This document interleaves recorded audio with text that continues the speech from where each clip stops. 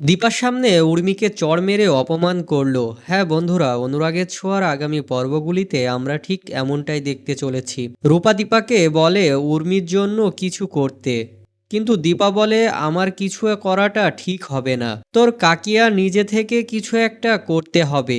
এদিকে জয়ের শরীরটাও খারাপ ছিল, কিন্তু উর্মির চোখে জল দেখে জানতে চাই কেন তার মন খারাপ। উর্মি তখন বলে তাকে নিয়ে দূরে কোথাও চলে যেতে, এমন কোথাও যেখানে আমাদের সাথে তুলনা করার কেউ থাকবে না। এদিকে আবার কুমারকে যে গাড়িতে করে থানায় নিয়ে যাওয়া হচ্ছিল, সেই গাড়িটা পাংচার হয়ে যায়, আর এই সুযোগে কুমার গাড়ি থেকে পালিয়ে যায়।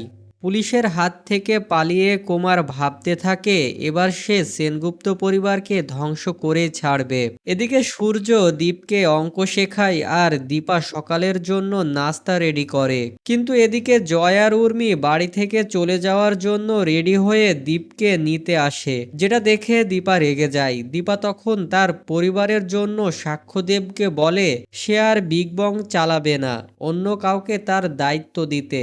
উর্মি যা চাইবে সে তাই করবে, তাও কেউ এই পরিবার থেকে যেতে পারবে না। দীপা তাই উর্মিকে বিগ বং এ নিয়ে যায়। সেখানে সাক্ষ্যদেব কাজ শিখিয়ে দেয় উর্মিকে, কিন্তু তারপরেও উর্মি ভুল করে ভেজ থালি আর নন ভেজ থালি কাস্টমার আলাদা করে ফেলে, যার জন্য কাস্টমার উর্মিকে অপমান করে, এমনকি চড়ও মারতে যায়। তবে দীপা সেখানে এসে সবটা ঠিক করে, কিন্তু উর্মি এসব কিছুর জন্য রেগে যায় এবং সেখান থেকে চলে যায়। আর এখানে আজকের পর্বটি শেষ হয়ে যায়। এদিকে কুমারকে নিয়ে বিপদ, একদিকে বোনের ঘরে অশান্তি। তো বন্ধুরা, দীপার কি করা উচিত, তোমাদের কি মনে হয় তা অবশ্যই কমেন্টের মাধ্যমে জানিও। আর ভিডিওটি ভালো লাগলে একটি লাইক দিয়ে আমাদের চ্যানেলটি সাবস্ক্রাইব করে রেখো।